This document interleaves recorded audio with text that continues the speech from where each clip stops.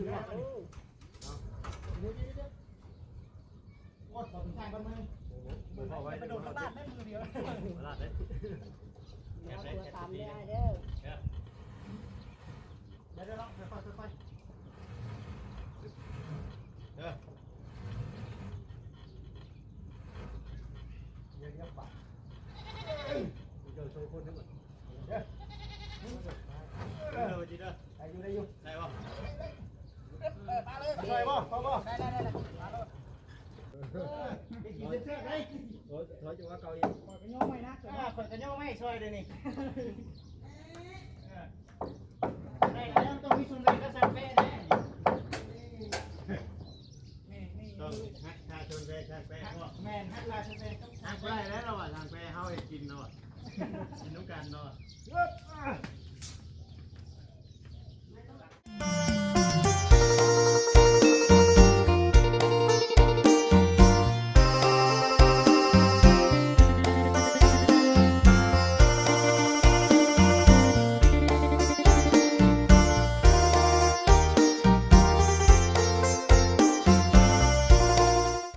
ต่อพี่น้องเอ้ยเนาะในคลิป EP 2ที่กำลังเอาไม้ขึ้นอยู่เนาะพ่อแม่พี่น้อง FC เพิ่นก็ว่าโอ้ยบ่จิตเอ้ยเนาะจังได๋ก็เดินทางปลอดภัยเด้อว่าซั่นเดินทางมาดีใจหลายเนาะที่มาเห็นครอบครัวเพิ่นได้รับการช่วยเหลือนะพี่น้องเนาะก็มีแต่ว่าเอ้าจังได๋ก็ตามแต่พี่น้องเนาะเดิมตาบ่ทักทายสบายดีทักทายสบายดีมันแดดอยู่ดีมีแห้งพี่น้องเอ้ยเนาะอยู่ดีมีแห้งขอบคุญขอบคุณในไลน์ที่เขามาเบิ่งมาชมเด้อพี่น้องเด้อเนาะแล้วก็บ่กดข้ามโฆษณาคืออยากให้เบิ่งแท้ข่อยบ่อยากเบิ่งโฆษณาได้บ่จิตเอ้ยเนาะข่อยอยากเบิ่งในการเฮ็ดเวียกเฮ็ดงานของทางเจ้าพุ่นว่าซั่นพี่น้องเอ้ยเบิ่งน้ำพี่น้องเนาะเด็กๆน้อยๆก็ได้มีค่าน้ำเมือกน้ำมันในการเดินทางมาพี่น้องเอ้ยเนาะสำคัญได้พี่น้องเนาะตัวนี้ก็ได้เอาขออนุญาตบัตรคำน้ำในไลน์พี่น้องเอ้ยเนาะบ่มีอย่างไรทางบริษัทเองก็ได้ FC เพิ่นเบิ่งโฆษณาให้แล้วก็กำลังใจเนาะกำลังใจคือสำคัญเนาะก็ดีใจได้ละมีแต่ว่าเบิ่งไปเรื่อยๆเด้อพี่น้องเด้อคือปัจจุบันนี้นะปัจจุบันนี้เด้อพี่น้องเด้อเนาะตอนนี้กำลังก่อห้องน้ำเนาะกำลังก่อห้องน้ำอยู่ก่อขึ้นมาอันนี้คือบริจิตกับบริวารชั้นบริษัทได้พี่น้องเนาะมีแต่ว่าทางบ่าวเวียงเพิ่นนี่ได้คุยกับทางผู้รักผู้ใหญ่เพิ่นคือทางผู้รักผู้ใหญ่เพิ่นนี่คือบางแผนก็ขึ้นชำระชำนึงแล้วก็สิได้เอาไม้สลาใส่พี่น้องเนาะก็คือสิไว้ดอกบริจิตว่าเนาะคือสิไว้ดอกใครกลัวเฮือนปูนแต่เป็นเฮือนปูนนี่มันกะนานแล้วเนาะพี่น้องเนาะกะนานแล้วอยู่จากอะไรก็โบกสาบถือว่าอะไรขันได้ตอนอันนี้จับใส่ไม้สลาตอกใส่แต่ว่าเฮือนสารนั้นแปลงไปนี่ก็ถือว่าโอเคอยู่ได้พี่น้องเนาะจากที่บริจิตเบิ่งก็ได้นั่นแหละจังว่าโอ้ถ้าหากว่าทางป้าเนาะป้าของเราบุญตาเพิ่นได้เฮือนสำนีก็ยังดีใจพี่น้องเนาะก็ยุกขึ้นเนาะยุกขึ้นมาเอาใส่ไม้สลายนี่ก็ถือว่าโอ้ดีใจน้ำเล่าได้มันก็ชีงบประมาณขึ้นดูเบิดหลายพี่น้องอันนี้ก็จังว่าเอาพิจารณาน้ำกันเด้อพี่น้องเด้อเนาะพอดีได้ละพอดีมีเวียกมีงานประจำการทางบริษัทก็ได้เนาะได้ก็ได้น้องๆเพิ่นก็มีงานทั้งผู้ช่วยเหลือผู้ที่ถึกช่วยเหลือก็ถือว่าเราก็โอ้หายห่วงนั่นแหละมีแต่ว่าเบิ่งไปน้ำกันเนาะพี่น้องเนาะคึบใจลอยไปหาไผ่เนาะจะลอยไปหาน้องท่านว่าบ่ว่าน่าจะแม่นดิ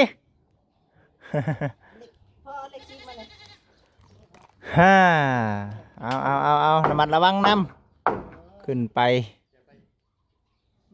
เฮ้ยรุ่นเฮาขึ้นนอนเทิงบัดกูคนแล้วว่าเฮ้ยนั่นใครอยู่ไป ป๊บหนึงเด้อพี่น้องเด้อเดี๋ยวทางบ่จิตสิย่อซอยบ่าวเวียงก่อนจะหน่อยจะหน่อยไปบนึงบ่าวเวียงนักบ่ไปทางไหนก่อนสิบ่ทางล่างตอนนั้นมันเข้าไปพุ่นเนาะเป็นไหมยกจะท้องเล่นได้บ่ยืนถึงบ่เอาเ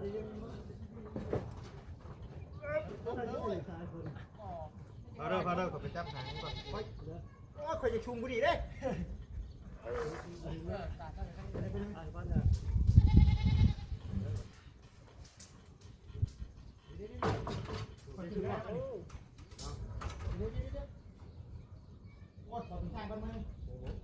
ไปโดนลาดแม่มือเดียว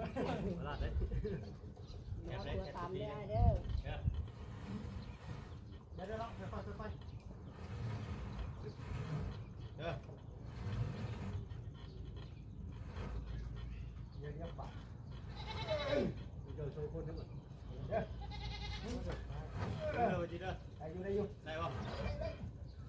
มาเลยได้ป่ะพอป่ะได้มาเลยได้ขอบใจ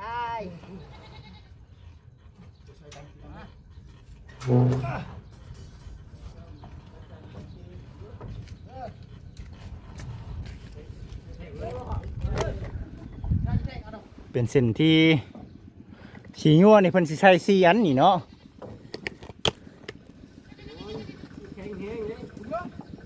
แข็งแห้ง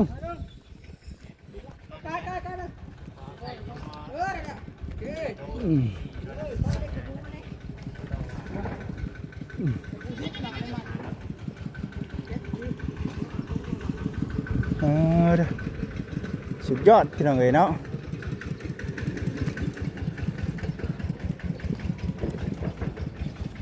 ไอ้เส้นนี้เนาะเส้นนั้นป่ะอ๋อ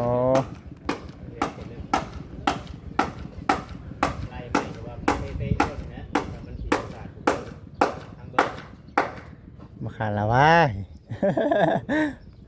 เปย์ดอก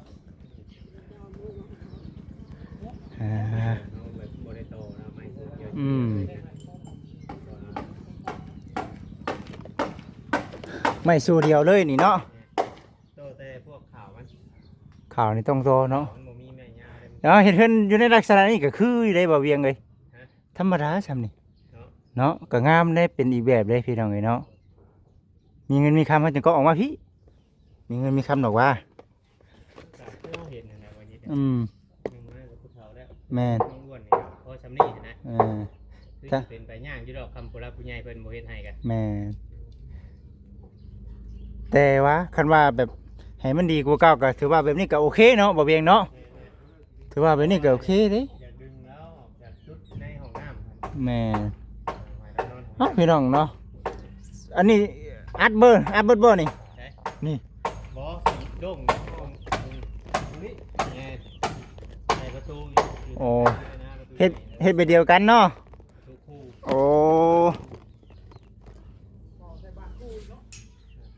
้บ่ได้ก็คืออยู่ทางหน้าเป็นบ่นั่งเนาะเชื่อกันสิถามว่าตัวราคาตัวมีลายมีหยังแล้วเดี๋ยวเบิ่งก่อนจะถามว่าคำสูตรราคาเพิ่นไปก็เอาสูตรราคาบ่ไหวก็นี่ธรรมดาก็ได้นะบ่เพียงธรรมดาก็ได้นะได้อยู่ดอกให้ FC รุ่นไปนำกันบ่FC ต้องรุ่นบ่ให้ผู้เฒ่าได้งามบ่สาธุซั่นนี่แหละนี่เฮ็ดได้แล้วเด้อชื่อน้องม่วนได้สาธุสาพี่น้องเนาะบุญวาสนาไผลาวดอก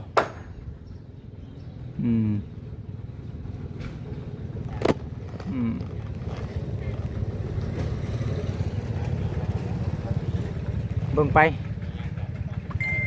อยู่เข้มทางชับเนาะอยู่เข้มทางชับเผย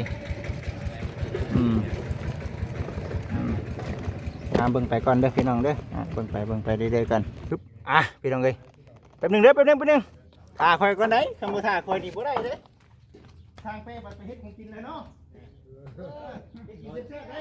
ถอยจังว่าเก่าอีกข่อยก็ย่อไม่นะข่อยก็ย่อไม่ซอยเด้อนี่ได้แล้วต้องมีส่วนใดก็สั่งแป้แน่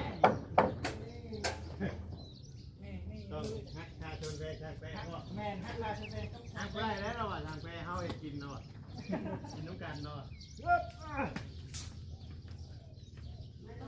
มาเด้อคอยขึ้นหน้าอยู่เด้อนักตัวขึ้นแล้วว่าเลยนะไม่จะมุนักเลยเนาะโอ้โหแท้เนาะลำหน้าขึ้นไปพักไปเอาทำเด็กก่อนเอาวางกลางโอ้ยเด็กคนใจดีลำหน้าขึ้นได้เลยจะบอกว่าคนดีๆเป็นป่ะคนไปนี่ว่าจะได้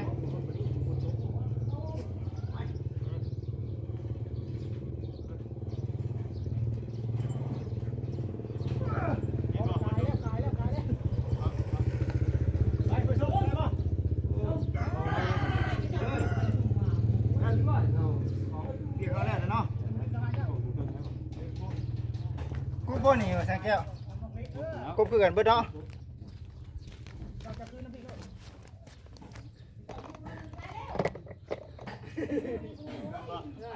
เป็นยังสิกบไม้อยู่ แต่ว่าไม้ในโครงการแบบว่าไม้สีญัวไม้ขาวไม้คางไม้คือ คือสีสำเร็จแล้วล่ะพี่น้องเอ๋ยเนาะมีแต่ไม้อันนี้พี่น้องเนาะมีแต่ไม้ขาวบัดนี้สิกบขึ้นแล้วก็กบแล้วก็คือสิเอาหลังคาขึ้นเนาะสังกะสีก็มีแล้วฮ้อนเนาะฮ่าให้เพิ่นตอกตัวนี้เด้อพักก่อนสุดยอดพี่น้องเอ้ยเนาะมันยับมาพี่มันกันแค่นี้แหละ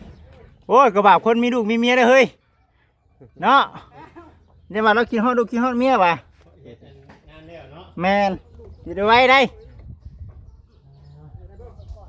ฮ้อนเนาะคือเนาะฮ้อนยากคือว่าเนี่ยเอามานั่งขโมกแขกน้ำเปียกน้ำยังนี่นะน้ำลูกน้ำหลานนี่นะเอาอยู่แต่ในห้องน้ำมันบ่ชื่อเนี่ยหมุนเป็นอยู่น้ำห้องน้ำบ่จักจะเป็นเนี่ยน่ะเป็นไปทิพย์ตัวแดนเป็นแต่หึงในบ่นี่ท่านเปลี่ยนมาพ่อแล้วท่านพี่จะบ่แล้วเป็นแบบนี้อยู่แล้วโอ้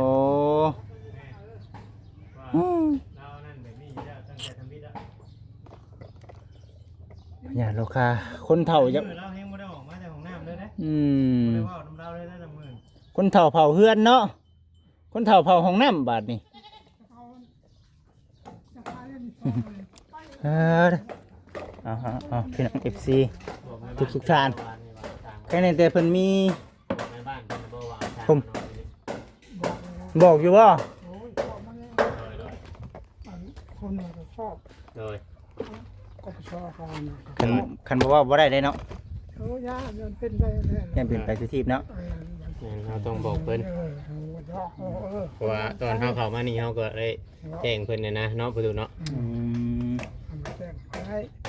ของเสียของน้องวอเด้อว่ามูคนมูว่าใส่มูว่าใส่รถได้คนออกคนเข่าเนาะคนมาใช้เงินโตนี่โจแจ้งไผหมู่บ่ขอในงานนำอันน่ะเฮ็ดกุกกแก๊กหรือว่ากำลังเฮ็ดอยู่ปัจจุบันนี่น่ะมีคนถามเจ้าอยู่บ่ว่าเฮ็ดจังไดนะเอามาแต่ไสเฮ็ดเฮือนเฮ็ดซ่านหลายคนถามจะตอบเพิ่นว่านี่ไดบางคนว่าให้อันผู้ขายไปหาถ่ายเอาโดนได้บ่ได้จักไหนเพิ่นเฮ็ดของเพิ่นมันบุญให้บุญมันเนาะจะให้ผู้ขาย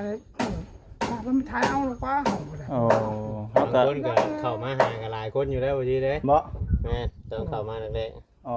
เบิดผู้เข้ามาหาอย่างซอยข่อยแน่ติซอยข่อยแน่บ่ได้เนาะโดดเนี่ยจังได๋จ้ะเรื่องซอยก็บ่ไผสิได้ถามเพิ่นว่าเฮ็ดนึกว่าบ่ได้เว้าเลยบ่อยากน้องทางผู้รักผู้ใหญ่เนาะขึ้นอยู่กับทางผู้รักผู้ใหญ่แล้วล่ะบ่คันแล้วก็เฮ็ดต่อเลยบ่ต้องเสมอก็อย่าดื้อลงมาก่อนมาพักผ่อนก่อน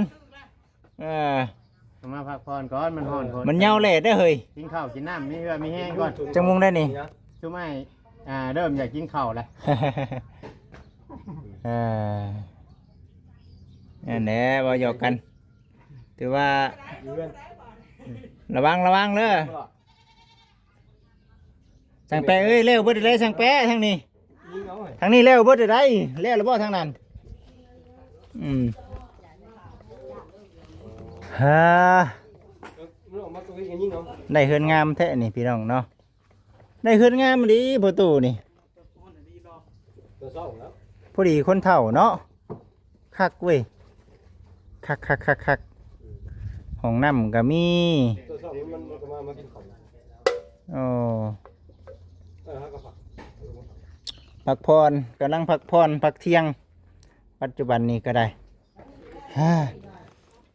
อันน่ะบ่ขออนุญาตนำเอ้ยมุดเนาะแม่นบ่ลูกน่ะลูกเจ้าน่ะ ลูก ลูกเจ้าน่ะชื่อมุดเป็นลูกชาวคนที่เท่าไหร่ เอ้ยคนนี้ล่ะ เอ้ยผู้นี้บ่อืม เอ้ยคนนี้ครับโอ้ยมันก็ต้องนอกเลยโอ้ยสารวัตรคนนี้ อืม มันไปเวลาน้ำมันแล้วก็ อืม ผมไม่ผัวใช้ได้อีกสักคน เพิ่นน่ะยังบ่เคยมีผัวบ่เพิ่นน่ะหรือว่าจังไดเคยมีอยู่บ่ เอาผัวแต่ยังบทไปใช้เอาบรรทุก อ๋อ บรรทุกลำเทนน้องบอกแก้วน้องวันแก้ววันใต้ อ่า คนบรรทุก อื เอา ม ได้ปีหนึ่ง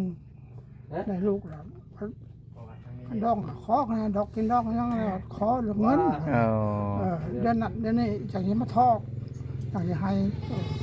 ยังไม่จะกีบ อ๋อ แล้วทอดนี่นะครับเลยโอ้ยได้กับเอาเข้าแล้วผมแม่เขาบอกไปเลยได้ก็ยาละ ลากันตะกี้เนาะ โอ้ย ยังไง เพราะว่า อืม ดองคันผมไม่ก็ให้ป้องรถครึ่งหนึ่งยังชัวร์เลย อ๋อ ไม่ตะกี้นี่เลย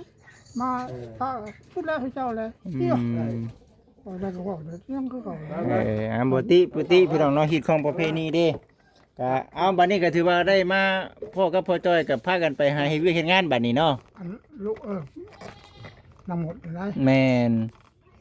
นี่แต่เฮือนเด้อพออะไรนี่ เออ น้อยที่เราละ อืม น้องตึ๊ด โดย โอเคพี่น้องเอ้ยเนาะ นี่ก็ฮักเห็นนามันเข้าไปจอยเลยละ อืม มาจะเห็นนะเนาะจะขายพัดหนอน อืม เขาก็จนขอโทษนะมัน ว่ามันถ่ายไปขายงานโยกจับพาเล่นอย่างนี้ อืม จะปาดข้อหึ้นก็มัน เอาสันเรื่องเก่าผ่านไปแล้วไม่แต่เรื่องใหม่บัดนี้มีแต่เรื่องดีๆเข้ามาเด้อไม่แต่เรื่องดีเข้ามา แต่มากก็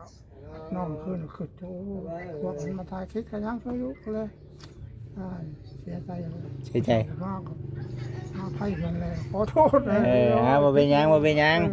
มีแต่ว่านี่แหละก็ตามแต่เด้อบัดนี้เด้อเห็นไหนกล้องไม้น่ะเบิ่งดูกล้องไม้เบิ่งดูแจ้งบ่ เป็นของจะต้อง อันนี้ของน้องสีทองเหรอ พันดิลิลิ ห่วยกี่เดียวว่ากล้องไม้ซะแล้วว่าเด้อเอาพี่น้องพักเที่ยงกินข้าวกินน้ำตอนเที่ยงเด้อพี่น้องเด้อก็ถือว่ารอรุ่นรอชมไปน้ำกันณปัจจุบันนี้ทางทีมงานสร้างกำลังเฮ็ดเนาะดีใจดีใจ ลงกุหลาน คักเป็นยังไปแม่ลงไปหาไทยหน้าพุ่นลงไปหาไทยหน้าพุ่นวะว้ายเนาะประตูเห็นเวียกเมื่อยเท่าดินน้ำลานเพราะมีแห้งพี่น้องเนาะ โอเคอยู่ดีมีแห้งเด้อพี่น้อง FC ที่เข้ามาเบิ่งมาชม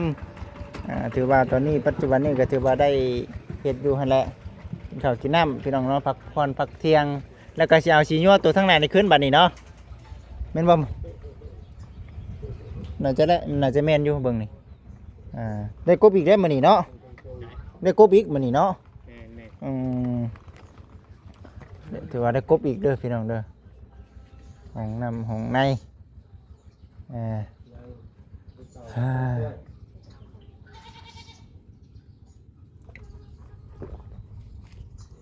ประมาณนี้แหละตอนเวียนตอนเที่ยงได้พี่น้องมันก็จะเป็นนี่แหละมันฮ้อนมันเอา นี่ว่านั่นอยู่ดอกพี่น้องเขาได้ขึ้นโค้งนังคาเด้เนาะ แม่โอ้ย ก็ถือว่านั่นแหละ ถ้าหากว่าบ่ได้ก็คือแผนการนี่สิเอาหลังคาให้มันก้อนเนาะมันจังบ่แลดเนาะมันจังบ่แลด เพราะว่าเราต้องเฮ็ดโค้งนังคา จังบ่ได้เพราะว่าเพื่อเขาอ้อมแหมปลาแหมหยังอยู่แค่นี้เขาอยู่ข้างในข้างนั้น มื้อนี้น่ะ สิมารุ่นเบิ่งพี่น้องเนาะว่า มื้อ สิ นี้ได้มุ่งนะลุงช่างเพิ่นว่า โอ้